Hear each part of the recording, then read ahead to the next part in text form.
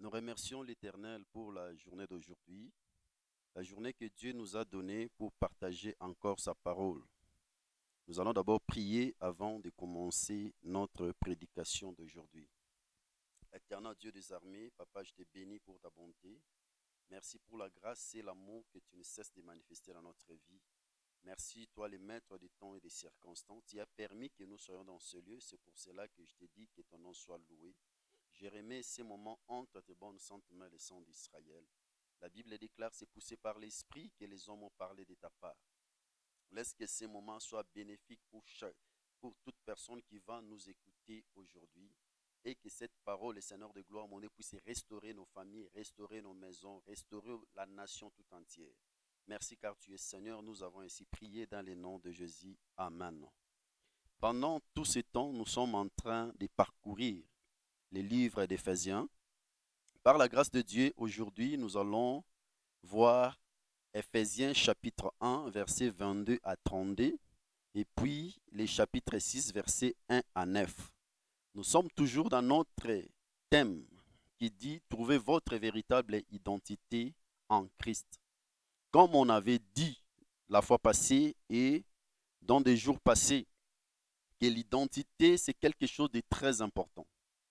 Chaque personne a une identité et une personne s'identifie aussi par rapport à son identité. L'identité, c'est quelque chose qui fait que nous puissions être reconnus ou connus quelque part au travers de notre identité. Si quelqu'un nous cherche, si quelqu'un a besoin de nous, d'abord, il va nous trouver par rapport à notre identité. Mais l'identité que nous sommes en train de parler, c'est l'identité en Christ. C'est là qui est aussi notre véritable identité. Je sais que toi qui es en train de m'écouter, toi qui es en train de me voir partout où tu as une identité parce que tu es l'enfant de ton père. Tu es l'enfant de la famille telle. Mais ce que nous venons de dire, c'est l'identité en Christ. La Bible déclare dans le livre de Jean chapitre 1, verset 12 à 13. Mais à tous ceux qui l'ont reçu, il les a donné le pouvoir de devenir enfants de Dieu. Ceux qui sont nés ni de la volonté de l'homme, ni de la volonté de la chair, mais de la volonté de Dieu. C'est-à-dire notre identité, nous l'avons acquis. Non, non de la volonté des hommes, non par qui que ce soit, mais nous l'avons acquis par la volonté de Dieu, en acceptant Christ comme notre Seigneur et Sauveur. Mais aujourd'hui, notre sous-thème que nous allons voir, nous allons parler des devoirs domestiques. Le devoir domestique, c'est parce que dans la, dans la maison, dans une famille, chacun a la responsabilité, chacun aussi a ses devoirs. Maintenant, les devoirs, par définition, c'est dit, c'est ce qu'on doit faire. C'est ça un devoir. Dans les devoirs, on nous dit ce que nous devons faire. Mais les devoirs que nous sommes en train de parler, c'est les devoirs domestiques, les devoirs, le devoir dans une maison, les devoirs dans une famille. C'est pour cela que la définition nous dit ce qu'on doit faire, c'est à quoi on est obligé par la loi ou par la morale, par son état ou les bienséances. Exemple de devoirs, nous avons le devoir conjugal, qui est la conjonction charnelle due entre mari et femme. Dans le devoir conjugal, on nous dit c'est une conjonction charnelle due entre le mari et la femme. Mais dans notre définition du devoir, on parle de quelque chose qu'on ne peut pas sauter, c'est qui est la morale. La morale, par définition, c'est l'ensemble des règles qui doivent diriger l'activité libre de l'homme, décomposée en deux parties. La première partie dit démontrer que l'homme a ses devoirs et des obligations. Et la deuxième partie, c'est de faire connaître le devoir et ses obligations. La première devoir nous dit quoi? Démontrer que l'homme a ses devoirs. Mais la deuxième partie nous dit faire connaître ses devoirs et ses obligations. Et maintenant, notre thème que nous avons dit, c'est les devoirs domestiques. Domestique par définition, c'est ce qui appartient à une maison. C'est ce qui est à l'intérieur de la famille. C'est-à-dire les devoirs que nous allons voir aujourd'hui, c'est les devoirs qui est spécialement de la maison et les devoirs qui est essentiellement à l'intérieur de la famille. Quand on voit la famille est composée du père, la mère et des enfants. C'est ça la famille. Maintenant, le père a ses obligations, il a aussi ses devoirs. La femme a ses obligations, il a aussi ses devoirs. Même les enfants, ils ont aussi leurs obligations, ils ont aussi leurs devoirs. Le premier devoir que nous allons voir, c'est le devoir de la femme vis-à-vis de son mari.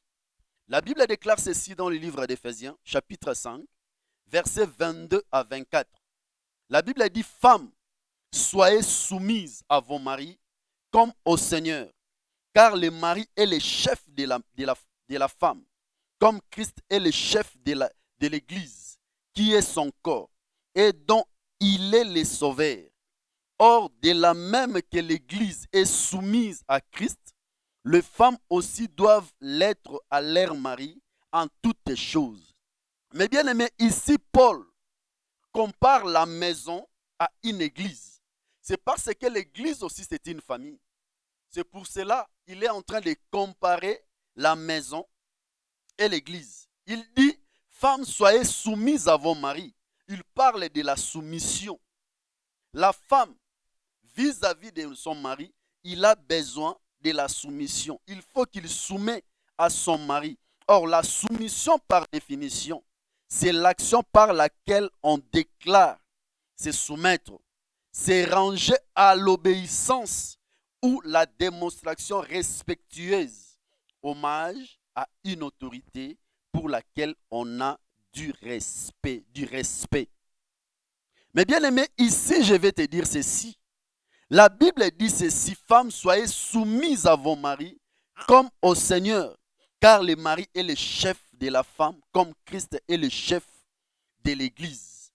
On voit la position du mari à l'Église, on voit la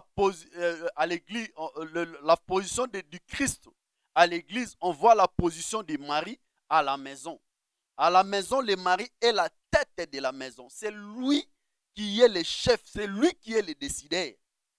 C'est maintenant, la femme doit être soumise à son mari, comme au Seigneur, car le mari est le chef de la femme. Mais bien aimé, la soumission, c'est quelque chose de très important.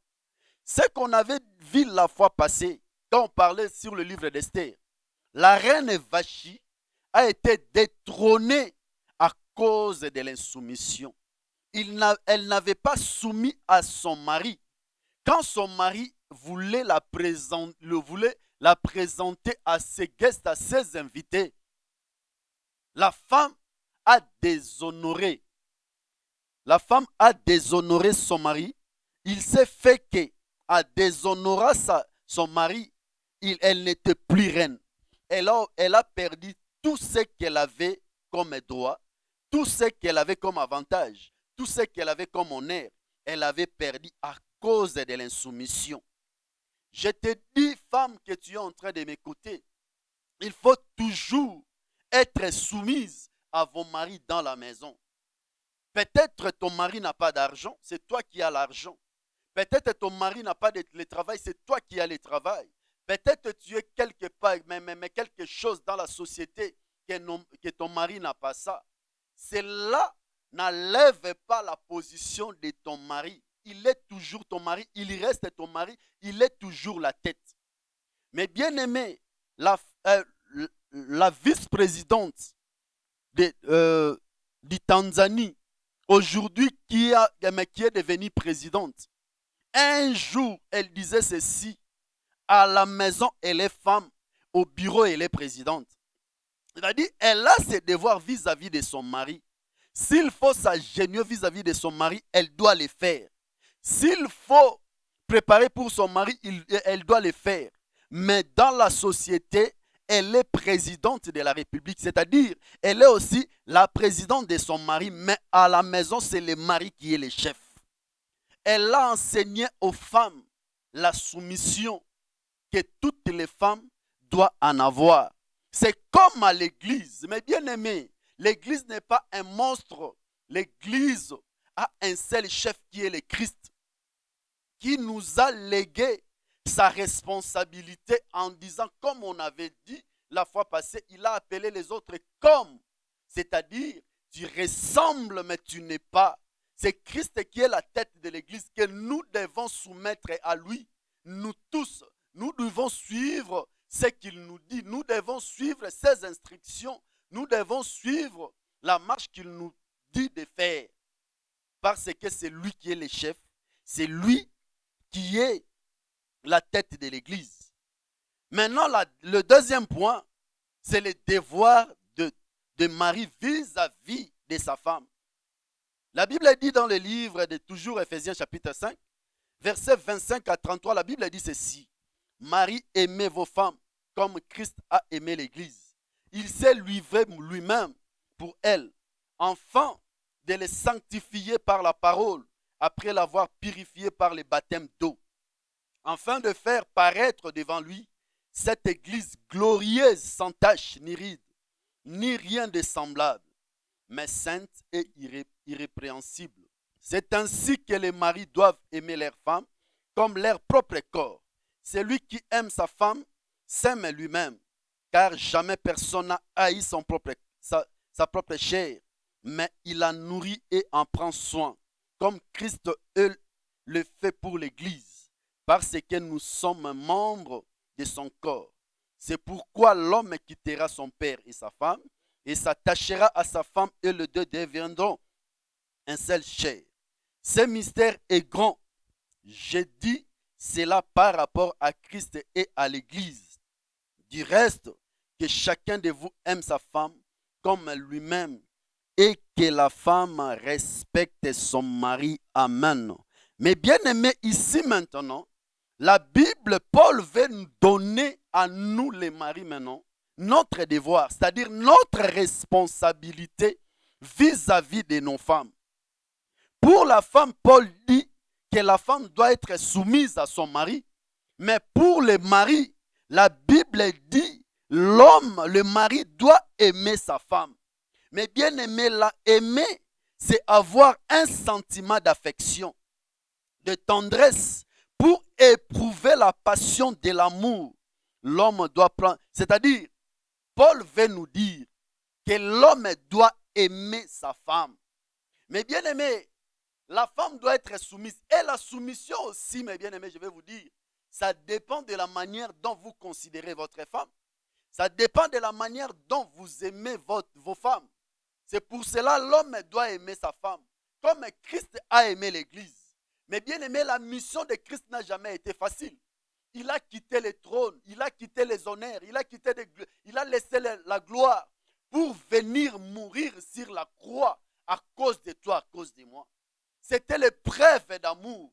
Or, on dit celui qui aime donne, celui qui aime se sacrifie, celui qui aime l'amour couvre la multitude de péchés. Si tu aimes ta femme, mais bien aimé, tu ne vas pas exposer ta femme, quels que soient les problèmes, quelles que soient les situations par lesquelles vous êtes en train de traverser, vous êtes en train de passer. Nous devons aimer nos femmes comme notre propre corps, comme la Bible dit. Nous devons aimer nos femmes. Nous ne devons pas, c'est parce que les autres, c'est le plaisir qui nous emporte. Nous devons aimer. Mais bien aimer, l'amour véritable vient du cœur, car le cœur est le centre des sentiments et des émotions. Quand tu dis que tu aimes et tu ne te sacrifies pas pour la personne que tu aimes, à quoi sert l'amour? Christ l'a prouvé sur la croix. Quel mal que Christ avait fait. Lui qui était saint, lui qui était Dieu, il a accepté d'abord de manger avec nous. Il a accepté de vivre avec nous et à la fin de mourir sur la croix à cause de nous. Il n'a plus notre place. Mais bien aimé, celui qui aime sa femme défend sa femme. Celui qui aime sa femme se sacrifie pour sa femme. Il lui donne le meilleur de lui-même. Il donne le meilleur de lui-même. Comme la Bible dit, car jamais personne n'a haï sa propre chair, mais il la nourrit et prend soin comme Christ le fait pour l'Église. Comment tu vas dire que tu aimes ta femme, mais quand tu les haïs? Comment tu peux dire que tu aimes ta femme comme tu ne prends pas soin de ta femme? Mais bien aimé, aujourd'hui, nous les hommes surtout, nous voyons des autres femmes belles que notre femme. Or, celle que tu vois belle, il y a une personne qui a investi, il y a une personne qui a travaillé pour que la femme devienne ce que toi tu es. Mais toi tu vois et tu commences à le suivre. Les maris, on a la responsabilité, notre devoir est d'aimer nos femmes. Notre devoir est d'aimer nos femmes, mes bien-aimés. Comme Christ a aimé l'Église, nous ne manquons de rien à l'Église. Christ nous a donné tout. Il nous a donné sa vie. Il nous a donné la bénédiction. Il a pris même notre place. Nous devons aimer notre femme. Non, nous devons aimer nos femmes. Et il dit quoi? Ce mystère est grand, je dis, par rapport à Christ. Du reste, chacun de vous aime sa femme comme lui-même et que la femme respecte son mari. Avant de dire ça, il a dit quoi? C'est pourquoi l'homme quittera son père et sa mère et s'attachera à sa femme et les deux deviendront un seul chair. Mais bien aimé, ici aussi, je voulais épingler quelque chose. Je voulais souligner quelque chose que Paul veut dire. Christ avait quitté le ciel pour venir s'attacher à nous, afin que nous devenions un seul chair avec une seule chair avec lui, lui avec nous. C'est pour cela qu'il dit celui qui est en nous est plus fort que celui qui est dans le monde. Pourquoi avoir peur, toi qui as Christ? Pourquoi avoir peur, toi qui marches avec Christ? Pourquoi tu as peur? Tu as peur de quoi? De la même manière, Christ avait quitté le ciel pour s'attacher à nous. De la même façon, les maris quittent. C'est de la même manière. L'homme quittera, il quitte sa famille pour s'attacher à sa femme. Les deux deviendront un seul chair. Et à la fin, il dit, du reste que chacun de vous aime sa femme. Mais bien aimé, l'amour, c'est un mystère. L'amour, c'est quelque chose de très profond. L'amour, c'est quelque chose qu'on ne peut pas négliger, on ne peut pas blaguer avec ça. Blague avec ton argent, gaspille ton argent, mais ne blague pas avec ton amour, parce que l'amour tue. L'amour tue. Je te donne un exemple seulement. Tu rencontres quelqu'un que tu n'as jamais rencontré dans ta vie, tu lui dis que je t'aime. La seule phrase pas seulement que tu as dit que tu l'aimes, tu commences à penser à elle, tu commences à penser à lui. S'il ne t'appelle même pas, ça devient un problème. S'il ne te passe sans pour autant te saluer, ça devient un problème. C'est le mystère de l'amour, mes bien-aimés. Et le troisième devoir, c'est le devoir des enfants vis-à-vis de ses parents. Les devoirs des enfants vis-à-vis de ses parents. Dans le livre d'Éphésiens chapitre 6, verset 1 à 3, la Bible déclare ceci. Enfants, obéissez à vos parents selon le Seigneur, car cela est juste. Honore ton père et ta mère. C'est le premier commandement avec une promesse. Afin que tu sois heureux et que tu vives longtemps sur la terre. Amen. Ici, les enfants ont deux devoirs. Le premier devoir, c'est obéir à ses parents. Et le deuxième, c'est honorer ses parents. Mais bien aimé, de deux choses, la Bible dit, c'est le premier commandement avec promesse. Cette promesse, c'est la promesse de la bénédiction. Quand tu obéis à tes parents, quand tu honores tes parents, sache que tes parents vont continuer toujours à sortir des paroles de bénédiction pour toi. C'est pour cela, enfant, que tu m'écoutes maintenant.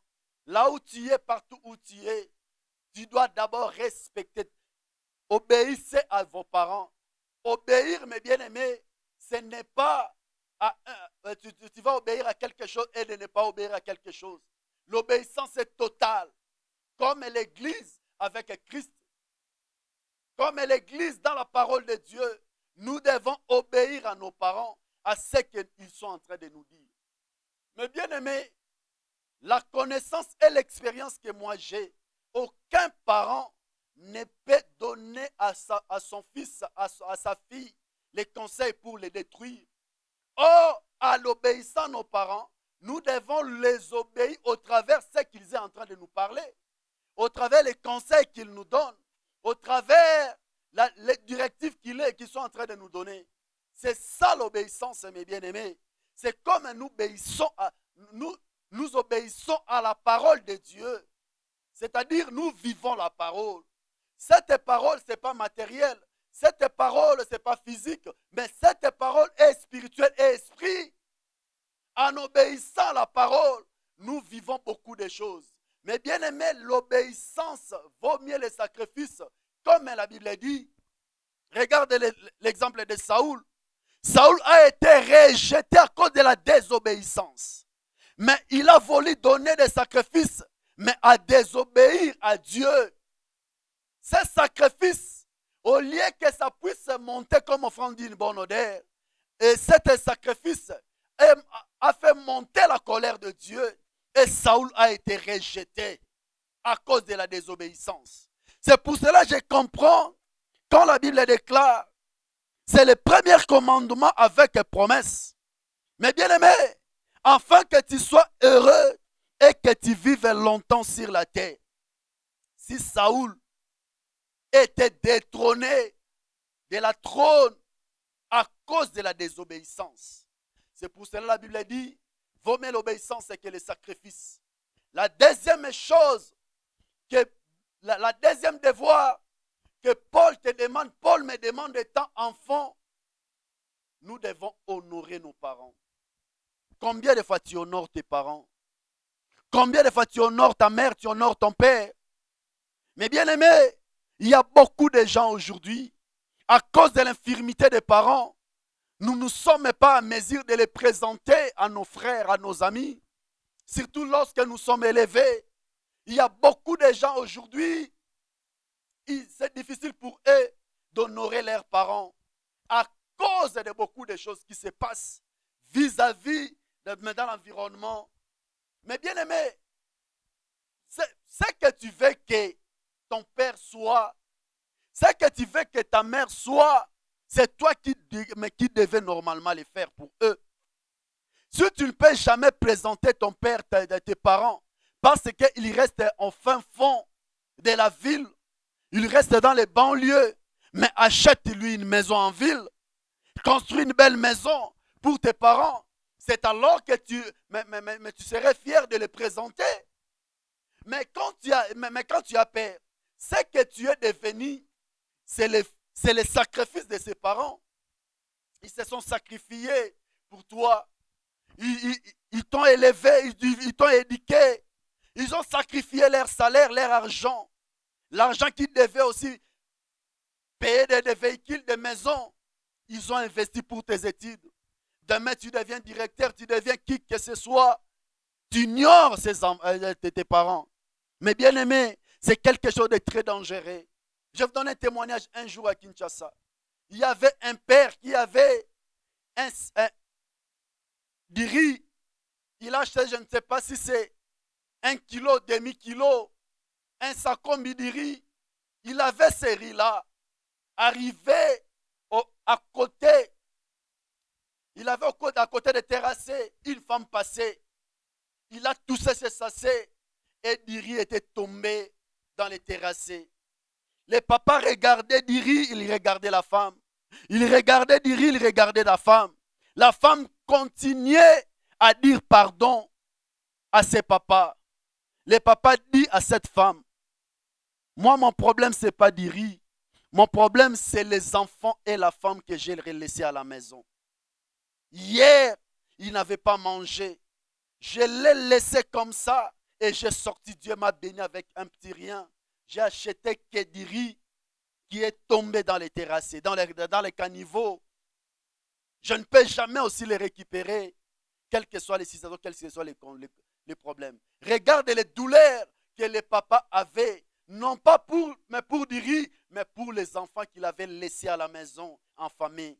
Mais toi que les papas s'est sacrifié pour honorer ton père, rien qu'à les présenter à tes frères, à te présenter à tes collègues, à tes amis, c'est difficile.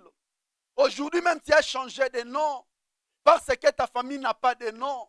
Tu t'es bossé un nom. Moi, je suis de la famille telle. Moi, je suis de la famille telle. Mais bien aimé, cela n'est pas une bénédiction pour toi. Tu es mais toi, tu peux commencer une nouvelle histoire de ta famille. Joseph, sa famille n'était pas connue en Égypte, mais au travers Joseph, sa famille était honorée, sa famille était connue. Mais bien aimé, nous devons honorer. Nous devons honorer nos parents. Nous devons honorer, mes bien-aimés, nos parents, quelles que soient les conditions, quels que soient les problèmes. Et il y a aussi un devoir de parents vis-à-vis de ses enfants. La Bible dit, et vous, pères, n'irritez pas vos enfants, mais élevez-les à les corrigeant et à les instruisant selon le Seigneur. Maintenant, c'est la responsabilité de nous parents pour nos enfants. Mais bien aimé, c'est bien de dorloter les enfants, de faire des enfants tout ce que nous voulons. Mais la meilleure chose pour nos enfants, nous devons les instruire dans le Seigneur. Les montrer les chemins de la vie, les chemins du Christ. Je dis souvent à mes enfants, je peux aujourd'hui vous acheter des maisons. Je peux aujourd'hui vous acheter des véhicules, je vais vous donner tout. Mais si je ne vous montre pas les chemins du Seigneur, je ne fais absolument rien. Parce que tout ce que vous voyez, c'est périssable et ça va passer. Mais la parole ne passe jamais. La première chose, nous parents, nous devons instruire nos enfants dans le Seigneur. Leur montrer les chemins, les chemins du Christ. Leur montrer les chemins de suivre Jésus. Mais bien aimé, si aujourd'hui tu instruis tes enfants dans le Seigneur, toi tu serais heureux et tu serais en paix. Mais si tu l'instruis dans des choses périssables, sache qu'après toi, ils vont tout perdre. Je vous donne encore un autre témoignage.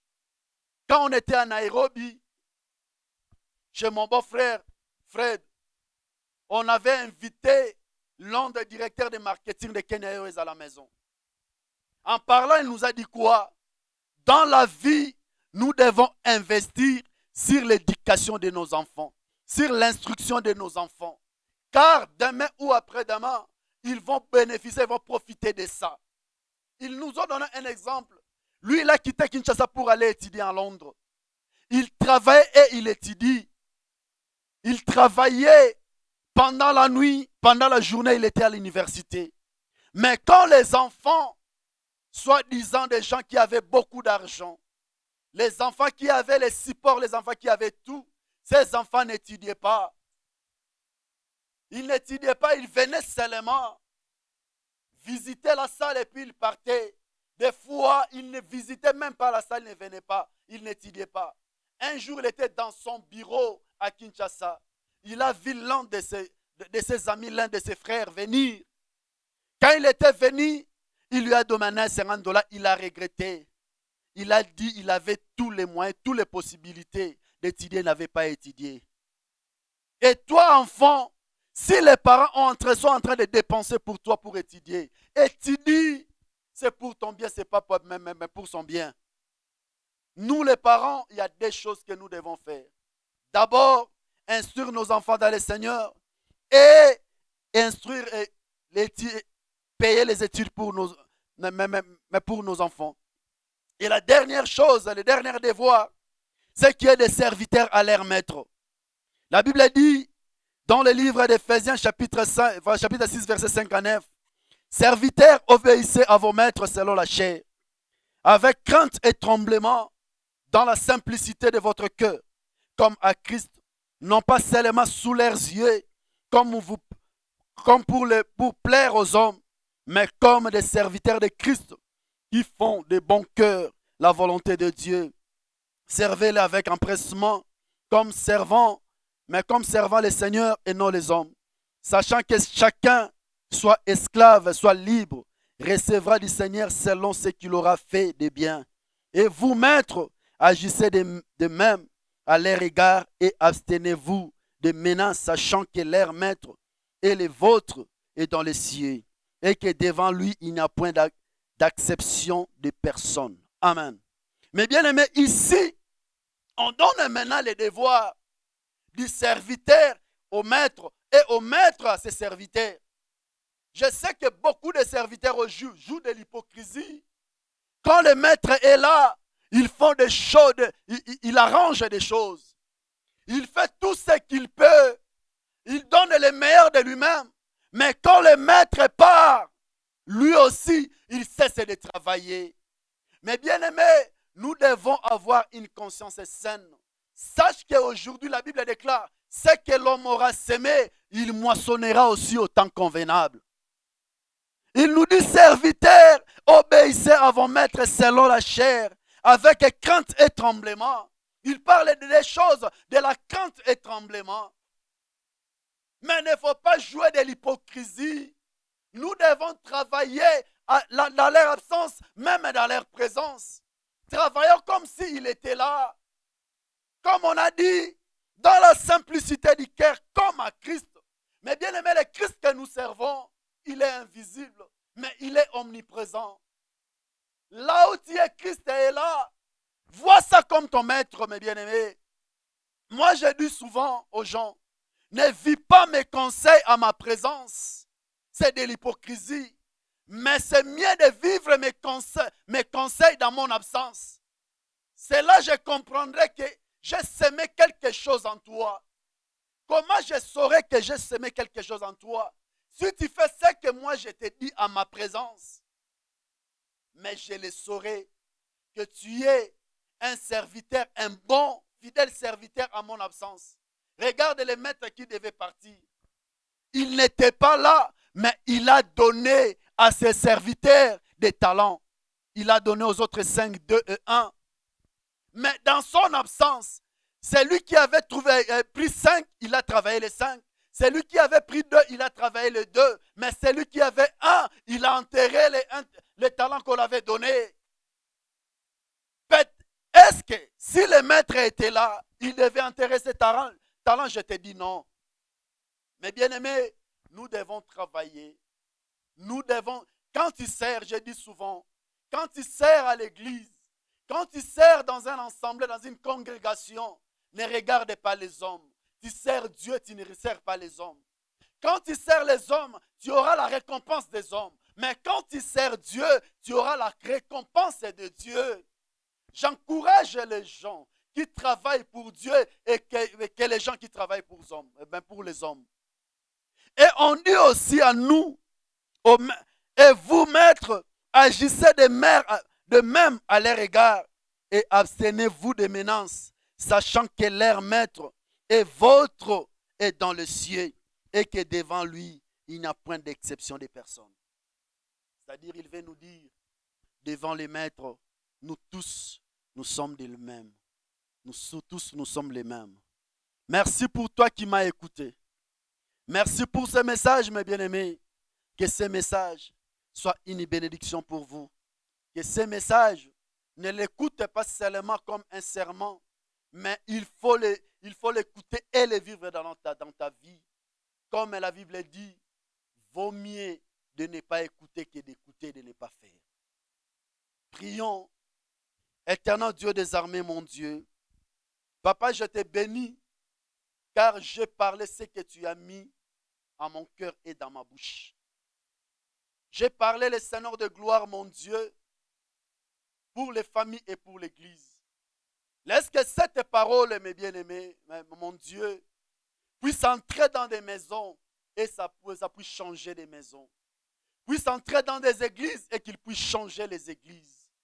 Que ta parole, mes bien-aimés, qui est vie, puisse donner la vie dans des familles. Là où il y avait des désordres, qu'ils se remettent dans leur place. Que chacun respecte son devoir dans la maison. Que les femmes soient soumises à leur mari. Que le mari aime les femmes. Que les enfants obéissent et honorent leurs parents. Et nous, les serviteurs, nous puissions servir avec fidélité. Nous, serviteurs, nous ne puissions pas servir rien dans la présence de nos maîtres, que nous puissions faire mieux dans leur absence. Merci, mon Dieu, pour cette parole. Bénis tout le monde qui ont écouté. Bénis tout le monde qui ont travaillé. Afin que ce message puisse entrer dans nos maisons, dans nos bureaux. J'en suis prié dans le nom de Jésus. Amen.